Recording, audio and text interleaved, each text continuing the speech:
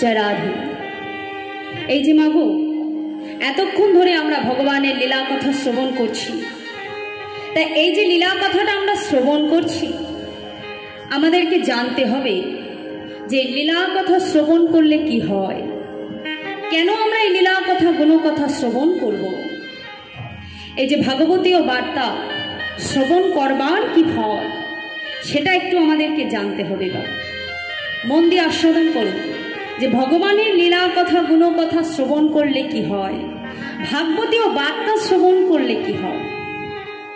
একদিন দেবর্ষি নারদ মুনি সনত কুমারকে ডেকে বলছে, হে মুনিবর, আচ্ছা এই যে ভাগবতীয় বার্তা আপনি আমাকে বলতে পারবেন, এই ভাগবতীয় বার্তা শ্রবণের কি মহিমা, কি ফল হয় এই ভাগবতীয় বার্তা শ্রবণ করলে। তখন সনত কুমার নারদ মুনিকে ডেকে বলছি, হে নারদ, শোনো নারদ, কোনো পাপী যে জীবনে কোনোদিনও ভগবানের নাম করেনি, যার মুখ থেকে কখনো ভগবানের নাম উচ্চারিত হয়নি, সর্বদা অধর্ম কুকর্মের মধ্যে লিপ্ত আছে, এমন পাপী যদি পাপ করতে করতে মারাও যায় এবং মরবার পর সেই পাপীর আত্মা যদি কোনো প্রকারে ভাগবতীয় বার্তা শ্রবণ করতে পারে, তবে সেই ভাগবতীয় বার্তা শ্রবণ করে সেই পাপী তার পাপ থেকে মুক্ত হয়ে সে চলে যায় বৈকুণ্ঠ ধাম। সঙ্গে সঙ্গে একথা শ্রবণ করে নারদ মুনি বলছে, হে মুনিবর, আপনার এই কথা আমি ঠিক বিশ্বাস করতে পারলাম না। জীবিত অবস্থায় যদি ভগবানের নাম করে, ভগবানের কথা শ্রবণ করে, তবে সে মুক্তি পেতে পারে, এটা আমি বিশ্বাস করি। কিন্তু মৃত্যুর পর সে কি করে ভগবানের কথা শ্রবণ করে, ভাগবতীয় বার্তা শ্রবণ করে কেমন করে সে বৈকুণ্ঠ প্রাপ্তি হবে, এটা আমার বিশ্বাস হলো না। তখন সনত কুমার বলছি, হে নারদ, শোনো, আমি তোমাকে একটা দৃষ্টান্ত দিচ্ছি, শোনো, এর একটা উদাহরণ আছে আমার কাছে, আমি তোমাকে বলছি, তুমি শোনো, মন দিয়ে আস্বাদন করো। নারদ বলছে, হ্যাঁ মুনিবার, আপনি আমাকে বলুন। শোনো নারদ, তুঙ্গভদ্রা নদীর তীরে বহুকাল পূর্বে তুঙ্গভদ্রা নদীর তীরে আত্মদেব নামে এক ব্রাহ্মণ বাস করতে। আত্মদেব নামে এক ব্রাহ্মণ বাস করতে। এখন সেই আত্মদেব, সেই ব্রাহ্মণ, তিনি ছিলেন খুবই ধার্মিক, সদাচারী, নিষ্ঠাবান। এখন সেই ব্রাহ্মণ সে সর্বদা ভগবানের কথা বলে, সর্বদা ভাগবতীয় বার্তা আলোচনা করে, সে ছিল ধার্মিক। কিন্তু মাগো, সেই ব্রাহ্মণের যিনি পত্নী ছিলেন, ব্রাহ্মণী, তার নাম ছিল ধুন্দুলি। নাম তার ধুন্দুলি, কর্মেও সে ধুন্দুলি। বাবা, সে সর্বদা লিপ্ত থাকতো, পাড়া প্রতিবেশীদের সঙ্গে সর্বদা ঝগড়া করত, আ কথা কু কথা, পরনিন্দা পরচর্চা, সর্বদা প্রতিবেশীর সঙ্গে ঝগড়া না করলে তার ঠিক মনটা ভরত না। এমনই ছিল তার স্ত্রী ধুন্দুলি। দেখবেন যার স্বামী ভালো হয় তার স্ত্রী ঠিক হয় না, আবার যার স্ত্রী ভালো হয়, ধর্মপথে থাকে, তার স্বামী আবার ধর্মপথে থাকে না। এখন সেই ধুন্দুলি সে ধর্মপথে ধার্মিক ছিল না, কিন্তু ব্রাহ্মণ ছিলেন ধার্মিক, আত্মদেব তিনি ছিলেন ধার্মিক। কোনো রকমের সামঞ্জস্য রেখে সংসারটা চলছিল বাবা। কিন্তু আত্মদেব, তার মনে একটা বড় দুঃখ ছিল। বহুদিন বিবাহ হয়েছে, কিন্তু তার ঘরে কোনো সন্তান নেই। আত্মদেবের মনে বড় ব্যথা যে তার ঘরে কোনো সন্তান নেই। তার ঘরে এক গাভী মাতা আছে, সেই গাভী মাতারও পর্যন্ত সন্তান হয় না বাবা। আত্মদেবের মনে বড় দুঃখ। এখন আত্মদেব এই দুঃখে থাকতে না পেরে সেই তুঙ্গভদ্রা নদীর তীরে ছুটে গেছে, আজ নিজের প্রাণকে বিসর্জন করবে। পাড়া প্রতিবেশী তারা সর্বদা এসে আত্মদেব ব্রাহ্মণকে, তাকে সবাই ডেকে ডেকে বলে, এই যে ব্রাহ্মণ, বহুদিন বিবাহ করেছ, তোমার ঘরে তো কোনো সন্তান হয় না, দেখো তোমার ঘরে যে গাভী মাতা আছে, তুমি নিঃসন্তান বলে সেই গাভী মাতাটারও সন্তান হয় না। আত্মদেব তার নিজের কুঠিরে তুলসী গাছ রোপণ করে, তুলসী গাছে জল দেয়, তুলসী গাছকে সেবা করে। সেই তুলসী গাছও বেশি দিন বাঁচে না বাবা, তাতেও এসে প্রতিবেশীরা তাকে কথা শোনায়। আত্মদেব সে আর থাকতে না পেরে সে মনে মনে ঠিক করেছে যে আজই আমি সেই তুঙ্গভদ্রা নদীর তীরে যে নিজের প্রাণকে বিসর্জন করব। আত্মদেব ছুটে চলেছে তুঙ্গভদ্রা নদীর তীরে নিজের প্রাণকে বিসর্জন করবে বলে। আর এমন সময় একজন সন্ত মানে সাধু সেই পথে আসছিল। এখন ব্রাহ্মণকে যখনই দেখতে পেয়েছে, সাধু ব্রাহ্মণকে আত্মহত্যা থেকে আটকে দিয়েছে। দাঁড়াও ব্রাহ্মণ, দাঁড়াও, এ তুমি কি করছো? তুমি জানো না ব্রাহ্মণ, আত্মহত্যা যে মহাপাপ। সাধুজি, আমার মনে যে বড় দুঃখ, আমার ঘরে সন্তান নেই। জানেন সাধু বাবা, পাড়া প্রতিবেশীরা এসে আমাকে কথা শোনায় আমি যে নিঃসন্তান, আমার ঘরে কোনো সন্তান নেই। আপনি আমাকে একটা সন্তান দিতে পারবে? সাধু এ কথা শ্রবণ করে বলছে, এ কি ব্রাহ্মণ, এই তুমি কি বলছো? শোনো ব্রাহ্মণ, तुम बहुत ही भाग्यवान हो जो तुमका घर पर कोई बेटा कोई बेटी तुम्हारी घर पर नहीं है। तुम बहुत ही भाग्यवान हो, जाओ তুমি ফিরে যাও, তুমি ঘরে ফিরে যে তুমি ভগবানের সেবা করো, ভগবানের পূজা করো। তুমি তো ভাগ্যবান, তোমার ঘরে সন্তান নেই। আরে সন্তান থাকলে এই সংসারের মায়ায় জড়াবে, সংসার চক্রে তোমাকে বারবার ফিরে আসতে হবে, আর এই তিতাম জ্বালা তোমাকে ভোগ করতে হবে। তোমার ঘরে সন্তান নেই, তুমি বড় ভাগ্যবান, যাও তুমি ঘরে ফিরে যাও, ঘরে যেয়ে ভগবানের সেবা করো। কিন্তু ব্রাহ্মণ কোনো কথাই শোনে না। সেই সাধুর চরণ ধরে পড়ে আছে, তার মনে দৃঢ় সংকল্প যে আজ আমি সন্তান নিয়ে তবেই ঘরে ফিরব। সাধুর চরণে বারবার নিজের মাথা ঘুরছে আর বলছে যে আপনি আমাকে সন্তান দিন, না হলে আমি আপনার চরণে আজ আমি আমার প্রাণ বিসর্জন করব, আপনার চরণে আমি আমার প্রাণ ত্যাগ করব, আর আপনাকে ব্রহ্ম হত্যার দায়ে পড়তে হবে। সাধু মনে মনে চিন্তা করছে একে কিছুতেই আটকানো যাবে না, আগে সন্তানের হাতে লাথি খাবে, তবে বুঝবে যে সন্তান থাকার কি ফল। বেশ, তুমি যা চাও তাই হবে ব্রাহ্মণ। শোনো ব্রাহ্মণ, এই যে আমি তোমাকে একটা ফল দিচ্ছি, নিজের ঝোলা থেকে একটা ফল বের করেছি, আর সেই ফলটাকে মন্ত্রপ্রত করে সেই ব্রাহ্মণের হাতে, আত্মদেবের হাতে দিয়ে বলছে, শোনো ব্রাহ্মণ, এই ফলটা আমি তোমাকে দিচ্ছি, এই ফলটা যে তুমি তোমার পত্নীকে খাইয়ে দাও। আর শোনো, যতদিন তোমার পত্নী গর্ভবতী থাকবে সর্বদা তাকে ভগবানের কথা চিন্তা করতে বলবে, ভাগবতীয় বার্তা শ্রবণ করতে বলবে। এই ফলটা যে তুমি তোমার পত্নীকে খাইয়ে দাও। যখন ফলটা হাতে দিয়েছে বাবা, আত্মদেব তো খুব খুশি যে আজ সে সন্তান পাবার একটা সম্ভাবনা সে দেখতে পাচ্ছে, তার মনে বড় খুশি। এমন সময় সেই সাধু আত্মদেবকে ডেকে বলছে, শোনো ব্রাহ্মণ, আমি তোমাকে ফল দিয়েছি বটে, এই ফলে তোমার সন্তানও হবে, কিন্তু একটা কথা না বলে আমি পারছি না। তোমার কপালে ভাগ্য রেখা আমি দেখেছি, তোমার কপালের ভাগ্য রেখা দেখে আমি কি দেখলাম জানো? 7 জনম ধরে তুমি কোনো সন্তান সুখ পাবে না।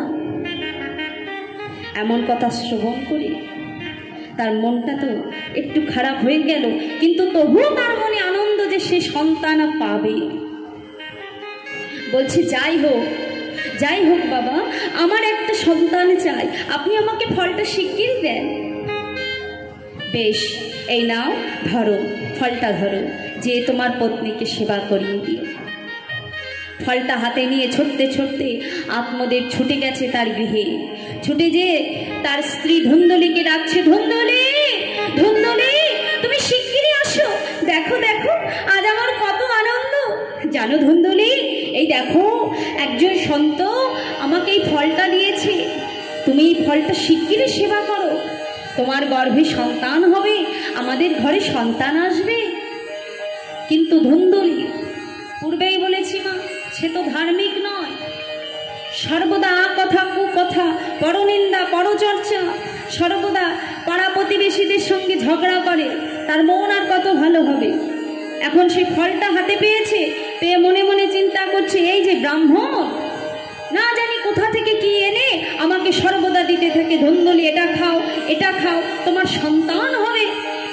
আরে আমি তো সন্তান না পেয়ে ভালো আছি। তার মনে সন্তান না পাওয়ার জন্য কোনো দুঃখ ছিল না, সে ভালোই ছিল। এখন মনে মনে চিন্তা করছে, পাড়া প্রতিবেশীদেরকে ডেকেছে, ডেকে তাদের কাছ থেকে পরামর্শ নিচ্ছে, দেখো আমার স্বামী এই ব্রাহ্মণ আমার জন্য একটা ফল এনেছে, এখন যদি ফলটা আমি সেবা করি আমি তো গর্ভবতী হব, আর গর্ভবতী হলে কত জ্বালা বলো তো, আমি একটু ভালো মন্দ খেতে পারবো না, এখানে ওখানে যেতে পারবো না, আমার কত জ্বালা, আমি কি করে যে ব্রাহ্মণকে বোঝাই। পাড়া প্রতিবেশীদের কাছ থেকে যুক্তি নিচ্ছে, ফলটা না সেবা করে রেখে দিয়েছে ঠাকুর ঘরের সিংহাসনের সামনে, ফলটা সেবা করেনি, পাড়া প্রতিবেশীদেরকে ডেকে ডেকে পরামর্শ করছে। তার মনটা তো শুদ্ধ ছিল না বাবা। এখন একথা শ্রবণ চিন্তা করছে, আর সে ব্রাহ্মণ ফলটা দিয়ে সে চলে গেছে আত্মদেব, পাড়া প্রতিবেশীদেরকে সে খবর দিতে গেছে যে আমার ঘরেও এতদিন বাদে সন্তান আসবে, তার তো আনন্দ, সে পিতা হবে, সে পিতা হবে, তার মনে আনন্দ। আর ওদিকে ধুন্দুলি সে ফলটা সেবা না করে ঠাকুর ঘরের সামনে রেখে দিয়েছে, চিন্তা করছে। আর এমন সময় ধুন্দুলির বউ সে এসেছে তার দিদির বাড়িতে। এখন ধুন্দুলির বোন, তার অনেক সন্তান ছিল বাবা, তার ঘরে সন্তান আছে, তার ঘরে সেবা করবার মতো খাবার মতো লোক আছে, কিন্তু খাবার বস্তু ছিল না। কিন্তু আত্মদেব, তার ঘরে খাবার বস্তু ছিল, তার টাকা পয়সা খাদ্য কোনো কিছুর অভাব ছিল না, কিন্তু তার ঘরে খাবার লোক ছিল না, তার সন্তানের অভাব ছিল। আর তার বোনের অর্থাৎ তার শালিকার, তার ঘরে খাবার লোক আছে কিন্তু খাবার বস্তু নাই।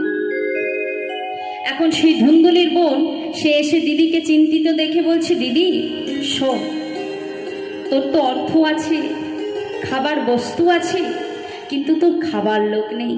শোন দিদি, একটা কাজ কর, আমার গর্ভে যে সন্তান আছে, তুই তো গর্ভবতী হতে চাস না, তা শোন, আমার গর্ভে যে সন্তান আছে, সঠিক সময় আসলে সেই সন্তানটা আমি তোকে দিয়ে দেব, আর তার বিনিময়ে তুই আমাকে অর্থ দিবি। দুই বোনের মধ্যে সওদা হচ্ছে। বেশ বেশ বোন বেশ, তুই আমাকে বাঁচিয়েছিস, জানিস তো, আরে গর্ভবতী হলে কত জ্বালা বলতো, ভালো মতো খাওয়া যায় না।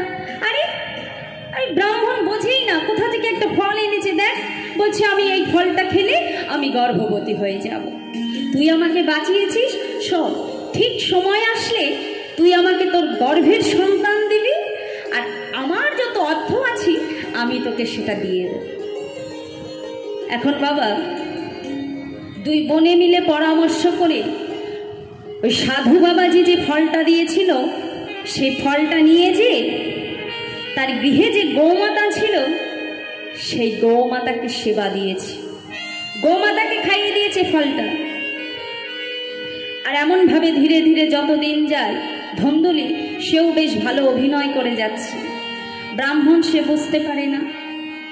এখন বহুদিন কেটে গেছে, যাবার পর কি হয়েছে মা, তার ঘরে যে গাভী মাতা ছিল, সেই গাভী মাতার একটি সন্তান হয়েছে।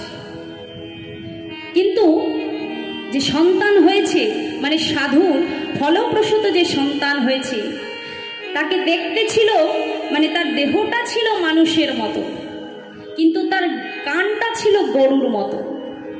গাভী মাতার কান, যেহেতু গাভীমাতার গর্ভে তার জন্ম হয়েছে, তাই গরুর মতো তার কান, তাই সন্তানের নাম দেওয়া হয়েছিল গোকর্ণ। আর কিছুদিন যেতে না যেতে সেই ধুন্দুলির বোন তারও সন্তান হয়েছে। আর গভীর রাত্রে বোন তার সন্তানকে তার দিদির কাছে দিয়ে অর্থ নিয়ে সে চলে গেছে। আর প্রভাত হতে না হতেই সেই ধুন্দুলি সে সারা গ্রামে ছড়িয়ে দিয়েছে যে তার সন্তান হয়েছে। ব্রাহ্মণকে ডেকে বলছে, ওগো ব্রাহ্মণ, তুমি শিগগিরই এসো, দেখো সেই সাধু বাবার ফলে আমাদের সন্তান হয়েছে, দেখো দেখো। ব্রাহ্মণের তো আনন্দ ধরে না। কি হয়েছে বাবা? ব্রাহ্মণ সারা গ্রামে খবর দিয়ে দিয়েছে যে তার সন্তান হয়েছে, তার ছেলে হয়েছে। এখন ধুন্দুলি যখন সন্তানের নামকরণ হচ্ছে, তখন ধুন্দুলি ব্রাহ্মণকে ডেকে বলছে, শোনো ব্রাহ্মণ, আমার সন্তান যখন হয়েছে তখন আমার সন্তানের নামকরণটা আমি করব। ব্রাহ্মণ মনে মনে চিন্তা করছে, যা এতদিন বাদে সন্তান হয়েছে, যা সন্তানের নামকরণ করতে চাইছে করব। বলছে, আচ্ছা বেশ, বলো আমাদের সন্তানের কি নাম দেবে তুমি? শোনো ব্রাহ্মণ, আমার নাম হলো ধুন্দুলি, তাই আমার সন্তানের নাম হবে ধুন্দুকারী। ধুন্দুকারী নাম দিয়েছে সন্তান। নামও যেমন ধুন্দুকারী, মায়ের মতো সন্তানের স্বভাবটাও সেরাম হয়েছে ধুন্দুকারীর মতো। সর্বদা কথা কুকথা বলে, আপথে কুপথে চলে, মদ্যপান করে, সুরাপান করে, বেশ্যালয়ে যায়।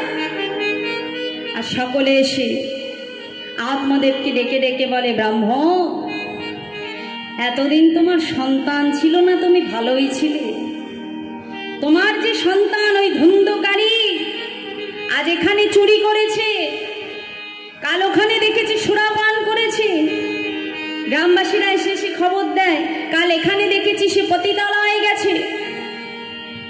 পিতা মনের দুঃখে আর কি করে, মনে মনে চিন্তা করছে যে আমি আগে নিঃসন্তান ছিলাম, ভালোই ছিল, কিন্তু এ কি সন্তান আমার ঘরে আসলো। এতদিন সমাজে আমার একটা নাম ছিল, যশ ছিল, কিন্তু এই সন্তান এসে তো আমার সমস্ত কিছু ধ্বংস করে দিল। হে কি, আমার সঞ্চিত অর্থ সম্পদ সবকিছু নষ্ট করে দিচ্ছে। এ কি সন্তান হয়েছে আমার। আর ওদিকে গোকর্ণ, সেই গোকর্ণ সে তো বাবা সেই সাধুর ফলে, সাধুর ফলপ্রসূত সেই গোকর্ণ সে জন্মগ্রহণ করেছে। সেই গোকর্ণ সে বড় ধার্মিক হয়েছে, সর্বদা ভগবতীয় বার্তা আলোচনা করে, ভগবতীয় বার্তা শ্রবণ করে, ভগবত পাঠ করে, সর্বদা ধর্মে তার মতে, উচ্চ শিক্ষিত, প্রচুর জ্ঞানী, এমন সন্তান হয়েছে গোকর্ণ। এখন ওদিকে ধুন্দুকারী হয়েছে তার বিপরীত, ঠিক উল্টো, উল্টো স্বভাবের হয়েছে ধুন্দুকারী। এখন আত্মদিন ছেলের এমন অবস্থা দেখে সে মনে মনে চিন্তা করছে যে আগে আমি নিঃসন্তান ছিলাম, ভালোই ছিলাম, আমি আমার এই প্রাণ আর রাখবো না। আজই আমি আমার প্রাণ ওই তুঙ্গভদ্রা নদীর তীরে, যেইখান থেকে আমি সেই ফল পেয়েছি, সেই নদীর তীরে আমি আমার প্রাণ বিসর্জন করে দেব। এখন ব্রাহ্মণ যখনই চলেছে, গোকর্ণ এসে পিতাকে বাধা দিয়ে বলছে, পিতা, পিতা, এ তুমি কি করছো? তুমি জানো না পিতা, আত্মহত্যা মহাপাপ। তুমি যাকে সন্তান বলে মনে করছো, সে তো রক্ত মাংস একটা পিণ্ড মাত্র। যাকে তুমি তোমার সন্তান বলে মনে করছো, যার জন্য তুমি তোমার নিজের প্রাণ বিসর্জন করতে যাচ্ছ, সে কে তোমার? সত্যি মাগো, যাকে আমরা আমার আমার করি, আমার সন্তান, আমার স্বামী, সবকিছু আমার বলে মনে করি, প্রকৃতকে সে আমার হয় বাবা? ভাবুন তো, যখন আমরা রেলে যাত্রা করি, যখন আমরা রেলে যাত্রা করি কি হয়? গাড়িতে উঠি, আর গাড়িতে উঠে অনেক যাত্রী ওঠে না, তাই? এখন যেতে যেতে তাদের সাথে কি হয়, একটু মনের মিল হয়ে যায়, তাদের সাথে একটা কি বন্ধুত্বপূর্ণ একটা সম্পর্ক আমাদের গড়ে ওঠে, তাই তো? তাদের সাথে একটা ভালো সম্পর্ক আমাদের গড়ে ওঠে। তাই ট্রেনটা কিন্তু চলছে, আর চলতে চলতে প্রত্যেকটি স্টেশন যখন আসছে, প্রত্যেকটি স্টপেজ যখন আসছে, ট্রেনটা কিন্তু তার জায়গায় এসে থামছে। আর যার যেখানে গন্তব্যস্থল তাকে কিন্তু সেখানে নেমে যেতে হচ্ছে, নেমে যেতে হবে। আপনার সাথে তার সম্পর্ক হয়েছে বলে সে ট্রেনে বসে থাকতে পারবে না, তাকে নামিয়ে দেওয়া হবে। যদি সে না নামে, টিকিট মাস্টার এসে তাকে ধরে নামিয়ে দেবে। কারণ কি হবে, তার ওই সিটটা আর একজন বুকিং করে রেখেছে, সেও সেখানে এসে বসবে। তাই আমাদেরও ঠিক একই অবস্থা। সংসারে যখন আমাদের সময় শেষ হবে, আমাদেরকে চলে যেতে হবে। চিরকাল আমরা থাকবো না।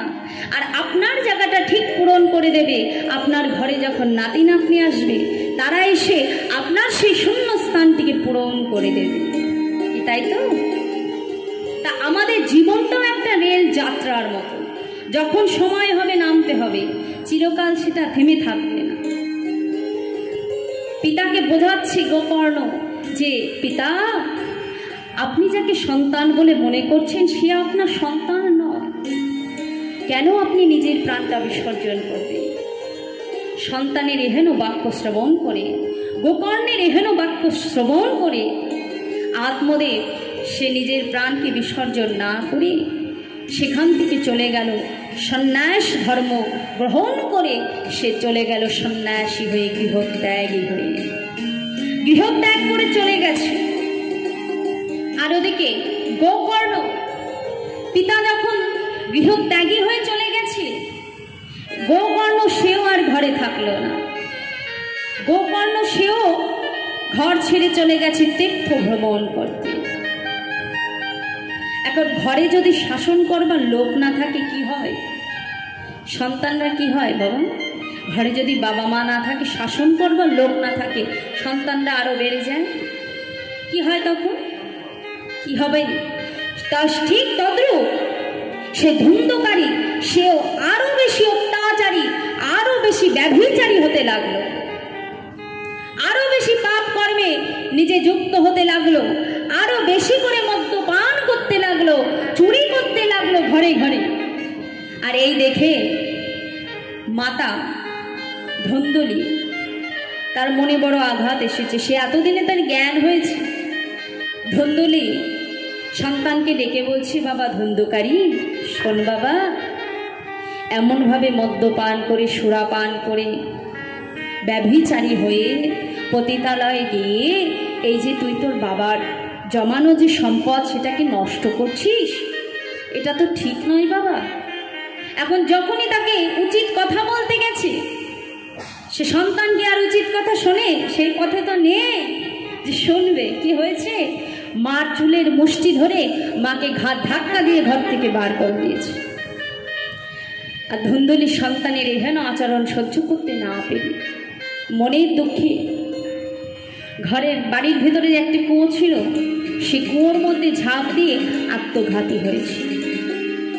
এখন যখন আত্মঘাতী হয়ে গেছে, সেই ধুন্দুকারী সে আরো অত্যাচারী হয়ে গেছে।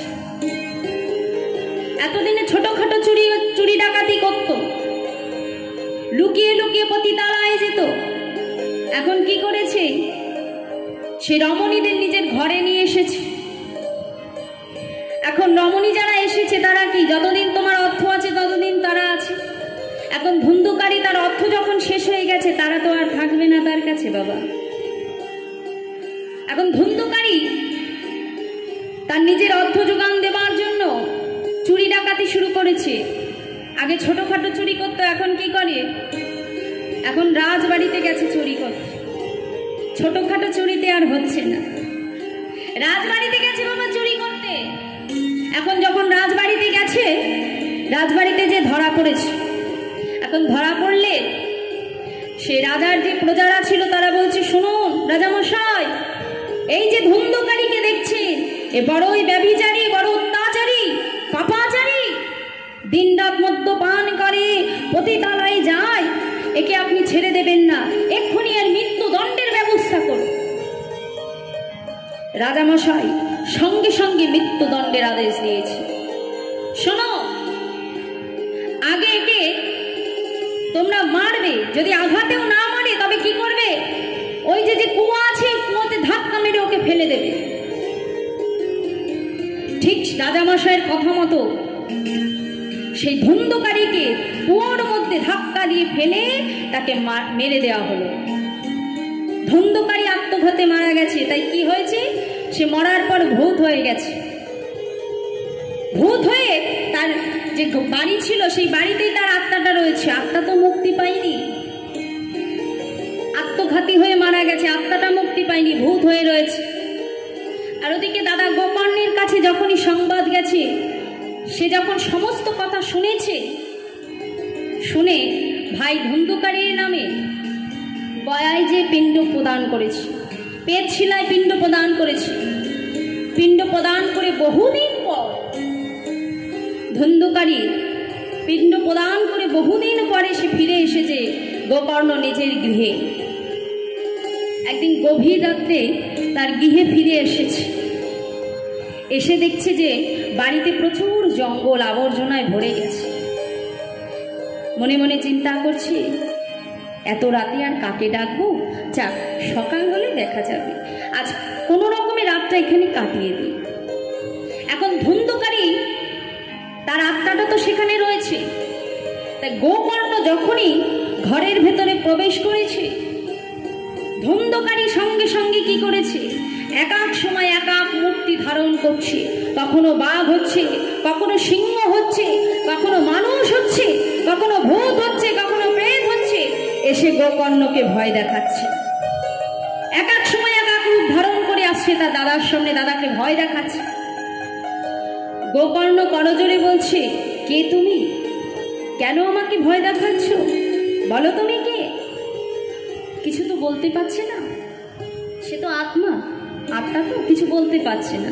এখন গোকর্ণ নিজের কমণ্ডল থেকে জল নিয়ে যখনই গায়ে ছুঁড়ে মেরেছে, ধুন্ধকারীর বাক শক্তি এসেছে। ধুন্ধকারী দাদাকে ডেকে বলছে, দাদা দাদা, আমি তোমার ভাই ধুন্ধকারী, আমি জীবনে এত পাপ করেছি দাদা, আমার মুক্তি হয়নি। একই ভাই, তোমার মৃত্যু সংবাদ পেয়ে আমি তো পেটশিলায় তোমার পিণ্ড প্রদান করেছি, তোমার এখনো মুক্তি হয়নি? না দাদা, কি করে আমার মুক্তি হবে বলো? যারা ছোটখাটো পাপ করে তারা মুক্তি পেতে পারে, হয়তো তারা মুক্তি পেয়ে যায়, কিন্তু দাদা আমি যে সারা জীবন পাপ করেছি, আমি কেমন ভাবে মুক্তি পাবো, কেমন ভাবে আমি এই পেট জীবন থেকে মুক্তি পাবো বলো দাদা? আমার মতো পাপে যে কেউ নেই, আমি যে সারা জীবন পাপ করেছি। বেশ ধুন্ধকারী, আমি তোর মুক্তির ব্যবস্থা করব। তাই প্রভাতে উঠে তুঙ্গভদ্রা নদীর তীরে যেয়ে হাতে জল নিয়ে মহাদেবের স্তব স্তুতি করছি, শিবের স্তব স্তুতি করছি। আর ভোলানাথ তিনি তো অল্পতেই সন্তুষ্ট হয়, এসে গোকর্ণকে ডেকে বলছি, ভক্ত গোকর্ণ বলো, কেন স্মরণ করেছ আমার? হে প্রভু, আমার ভাই ধুন্ধকারী, আপনি বলতে পারি আমার ভাই ধুন্ধকারী কিভাবে মুক্তি হবে? আমি যে তার মুক্তির পথ খুঁজছি, আপনি আমাকে বলুন আমার ভাইকে আমি কিভাবে মুক্তি দেব? শোনো ভক্ত, তুমি এই তুঙ্গভদ্রা নদীর তীরে এক সপ্তাহ ভাগবতীয় বার্তা, এক সপ্তাহ যাবত তুমি ভাগবতীয় বার্তা করবে। আর সেই ভাগবতীয় বার্তা শ্রবণ করলেই তোমার ভাই মুক্তি পাবে। সে ভগবানের কথা যদি সে শুনতে পারে, এক সপ্তাহ ভাগবতীয় বার্তা শ্রবণ করে, তবেই তার মুক্তি হবে বৎস। তাই মহাদেবের কথা মতো সেই তুঙ্গভদ্রা নদীর তীরে গোকর্ণ শুরু করেছে ভাগবতীয় বার্তা।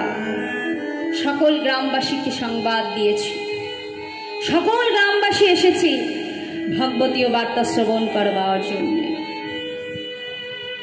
এখন ভাগবতীয় বার্তা হচ্ছে তুঙ্গভদ্রা নদীর তীরে। আর সেই ধুন্ধকারী, সে তো আত্মা ছিল, সে কিছুতেই এক জায়গায় স্থির হয়ে বসে সেই ভাগবতীয় বার্তা শ্রবণ করতে পারছে না। যখনই বসছে তখনই এক হাওয়া এসে, দমকা হাওয়া এসে তাকে উড়িয়ে নিয়ে চলে যাচ্ছে, আর এক স্থানে যেয়ে পড়ছে, কিছুতেই বসতে পারছে না সেই ধুন্ধকারী ভাগবতীয় বার্তা শ্রবণ করতে। তখন দেখছে যে পাশে একটি 7 গিটওয়ালা একটি বাঁশ পড়ে আছে, 7 গিটওয়ালা একটি বাঁশ পড়ে আছে। ধুন্ধকারী কি করেছে মা? ক্ষুদ্র রূপ ধারণ করে সেই বাঁশের গিটের মধ্যে প্রবেশ করেছে। প্রথম দিনে যে বসেছে প্রথম গিটে, এমন ভাবে যতদিন যায় এক একটি করে গিট ফেটে যায়। প্রথম দিনে বাঁশের প্রথম গিটটা ফেটে গেছে, দ্বিতীয় দিনে দ্বিতীয় গিটটা ফেটে গেছে। এইভাবে 6 দিন কেটে যাওয়ার পর আজ যখন 7ম দিন, ভাগবতীয় বার্তা শ্রবণের শেষ দিন, তখন সেই 7ম গিটে বসে ধুন্ধকারী ভাগবতীয় বার্তা শ্রবণ করছে মন প্রাণ দিয়ে। আর যখনই শ্রবণ করা হয়ে গেছে, ভাগবতীয় বার্তা যখনই সমাপ্ত হয়েছে, তখন সেই 7ম গিটটা যখনই ফেটে গেছে, সঙ্গে সঙ্গে ধুন্ধকারী সেই আত্মা দেহ থেকে সে মুক্তি পেয়ে গেছে। তার পেট দেহ থেকে সে মুক্তি পেয়ে গেছে। আর সঙ্গে সঙ্গে বিষ্ণু লোক থেকে রথ সজ্জিত হয়ে তার জন্য রথ এসেছে, বিষ্ণু দূতেরা এসেছে ধুন্ধকারীকে নিয়ে যাওয়ার জন্য। ধুন্ধকারীকে নেবার জন্য একটি রথই এসেছে। সঙ্গে সঙ্গে তার দাদা গোকর্ণ বিষ্ণু দূতেদেরকে ডেকে প্রশ্ন করছে, এই যে বিষ্ণুদূত, আপনারা তো এসেছেন আমার ভাইকে নেবার জন্য। আমার তো খুবই আনন্দ হচ্ছে যে আমার ভাই মুক্তি পেয়েছে, আমার মতো আনন্দ আর কারণ হচ্ছে না। কিন্তু আমার মনে একটা প্রশ্ন ছিল। বলুন গোকর্ণ, আপনার মনে কি প্রশ্ন আছে? বলছে, এই যে এতদিন যে ভাগবতীয় বার্তা হলো, তা আমার ভাইয়ের মতো সকলেই তো এখানে ভাগবতীয় বার্তা শ্রবণ করছে, কি মা? আমরা সকলেই এসেছি কীর্তন শ্রবণ করবার জন্য, তাই তো বাবা? সকলেই কিন্তু কীর্তন শ্রবণ করছি। ঠিক তেমনই ভাগবতীয় বার্তা শ্রবণ করেছে, কিন্তু রথটা কেবলমাত্র আমার ভাই ধুন্ধকারীর জন্যই কেন এলো? আমি তো ভাগবতীয় বার্তা আলোচনা করলাম, এত ভক্ত এসেছে, তারা শ্রবণ করেছে, কিন্তু রথটা কেবলমাত্র আমার ভাইয়ের জন্য কেন এলো? তখন সেই বিষ্ণুদূতেরা বলছে, শুনুন গোকর্ণ, এখানে ভাগবতীয় বার্তা হয়েছে, শুনেছে সবাই, কিন্তু ধুন্ধকারীর মতো মন প্রাণ দিয়ে কেউ শ্রবণ করেনি। তাই গৌর হরি বল, হরি বল। ধুন্ধকারীর মতো মন প্রাণ সঁপে দিয়ে কেউ শ্রবণ করেনি।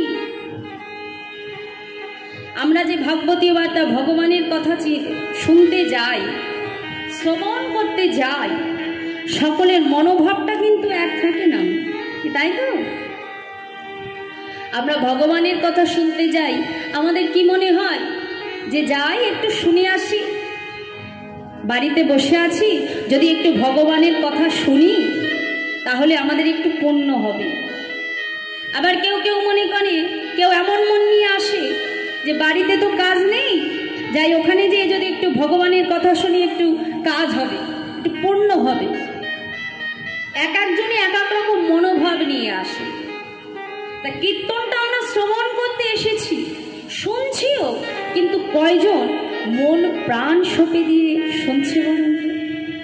কয়জন আছি মা আমরা নিজেকে সর্বস্ব সঁপে দিয়ে ভগবানের কথাকে চিন্তা করতে পারবো? তাই চিন্তা করার মতো করতে হবে, শ্রবণ করবার মতো করতে হবে, উপর উপর শুনলে হবে না। এখন সে ধুন্ধকারী, সে মন প্রাণ দিয়ে কেবলমাত্র সেই সেখানে বসে মন প্রাণ দিয়ে ভগবানের কথা শুনেছিল। তাই তো কেবলমাত্র ধন্দুকারীর জন্য রথ সজ্জিত হয়ে বৈকুণ্ঠ থেকে এসেছে তাকে নিয়ে যাবার জন্য। একথা শুনবা মাত্র গোকর্ণ আবার ভাগবতীয় বার্তার আলোচনা, সেখানে ভাগবতীয় বার্তার ব্যবস্থা করেন। আবার এক সপ্তাহ যাবৎ ভাগবতীয় বার্তা আলোচনা হলো এবং সেখানে যত ভক্ত ছিল তারা সকলে মনোপ্রাণ দিয়ে সেই ভাগবতীয় বার্তা শ্রবণ করলো। দেখা গেল তারপর হাজার হাজার রথ এসেছে সকল ভক্তকে বৈকুণ্ঠে নিয়ে যাবার জন্য। আর সেই ভাগবতীয় বার্তা শ্রবণ করে গোকর্ণ সহ সকল ভক্ত তারা সকলে সেই বিষ্ণুর সুসজ্জিত রথে করে তারা চলে গেল বৈকুণ্ঠ লোকে। তাই ধন্দকারীর মতো পরম পাপী যে জীবনে কোনোদিনও ভগবানের কথা শ্রবণ করেনি, ভগবানের কথা চিন্তা করেনি, ভগবানের কথা মুখ থেকে উচ্চারণ করেনি, সর্বদা কুপথে চলেছি, সুরাপান মদ্যপান করেছি, সর্বদা সে চুরি ডাকাতি করে বেরিয়েছে, তার মতো পাপীও মুক্তি পেতে পারে। তাই নারদ ভাগবতীয় বার্তার এমনই ফল। যদি মৃত্যুর পরেও কেউ মনোপ্রাণ দিয়ে শোপে ভগবানের কথা শুনতে পারে, ভাগবতীয় বার্তা শ্রবণ করতে পারে, তবে সে তার পেট দেহ থেকেও মুক্তি লাভ করে সে বৈকুণ্ঠ ধাম প্রাপ্তি করতে পারে। পেট জনি থেকে মুক্তি হয়ে সে বৈকুণ্ঠ ধাম প্রাপ্তি হতে পারে তার, যদি সে শ্রবণ করবার